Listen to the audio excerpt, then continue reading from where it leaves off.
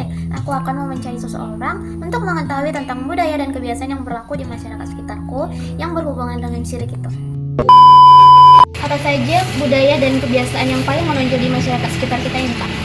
Biasanya sih seperti gotong royong, pos ronda, itu sih biasanya.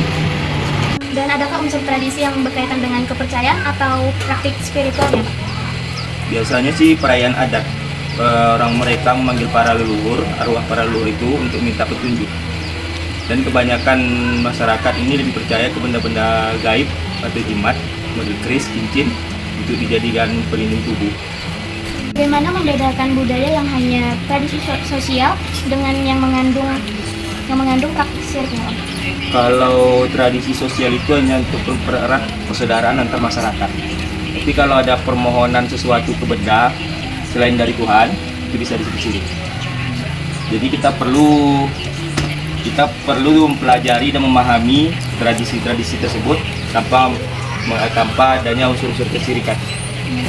Terima kasih informasinya. Nah, jadi dalam wawancara tadi, bahwasannya syirik ini berbagai macam. Mungkin di beberapa masyarakat sekitarku masih ada yang percaya akan hal-hal itu, dan seperti halnya tentang pamali juga masih berkembang di sini. Aku akan wawancara lagi tentang pamali karena itu termasuk perbuatan syirik. Saja pamali yang masih melekat di kehidupan masyarakat sekitar kita ini, Bu? Ya, kalau di masyarakat kita hari kita setiap hari ya maghrib, jangan keluar maghrib, karena banyak setan, kedengeran. Kalau nebang pohon itu nggak boleh juga sembarangan. Kalau dekat kuburan atau apa pohon besar intinya ya kan, kebanyakan ya itu ada penunggunya mungkin misalkan mau palahnya kan itu lah. Kalau maghribnya waktu sandikala kata orang Jawa, sandikala itu banyak setan berkeliaran atau jam-jam 12 maghrib sampai isya itu nggak boleh keliaran. Apakah ada saran dari Ibu untuk mencegah atau menanggulangi perbuatan syirik itu? Ya kalau dari itu ya untuk meningkatkan agama kita kita memahami ya kan sisi cara kita beragama untuk menghapus tradisi untuk mengarah pada syirik lah intinya ya kan. Nah, di wawancara yang bahas pamali ini di sekitar tempatku, pamali-pamalinya mungkin sudah umum sekali di berbagai daerah lainnya. Mungkin juga sering didengar kalayak banyak. Juga dari wawancara ini terlihat jelas bahwa tidak ada pamali yang khusus di daerah tempatku.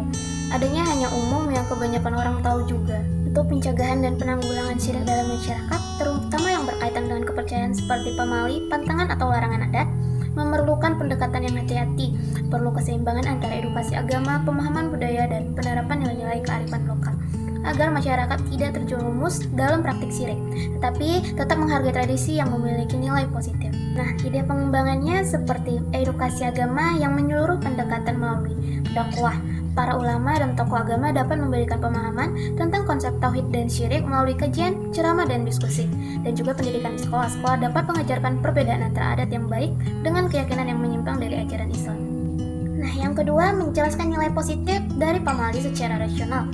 Beberapa pantangan tradisional sebenarnya memiliki alasan yang logis, bukan sekedar kepercayaan mistis. Oleh karena itu, perlu dijelaskan, pamali tidak boleh keluar waktu maghrib. Bisa dijelaskan bahwa waktu maghrib adalah saat perubahan siang ke malam, di mana suhu udara berubah drastis dan lebih banyak serangga seperti nyamuk muncul.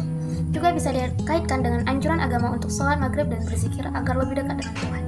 Pamali tidak boleh menebang pohon sembarangan, bisa dikaitkan dengan kesadaran lingkungan, di mana menebang pohon sembarangan dapat merusak ekosistem dan menyebabkan bencana alam seperti banjir dan longsor. Nah, dengan pendekatan yang tepat, masyarakat bisa tetap menghormati adat tanpa terjebak dalam praktik syirik. Yang terpenting adalah menanamkan pemahaman bahwa segala sesuatu terjadi karena kehendak Tuhan, bukan karena pantangan mistis yang tidak berdasar itu. Nah, sekian yang dapat saya sampaikan. Semoga kita terjauhi dari perbuatan-perbuatan syirik itu. Sekian, terima kasih semuanya.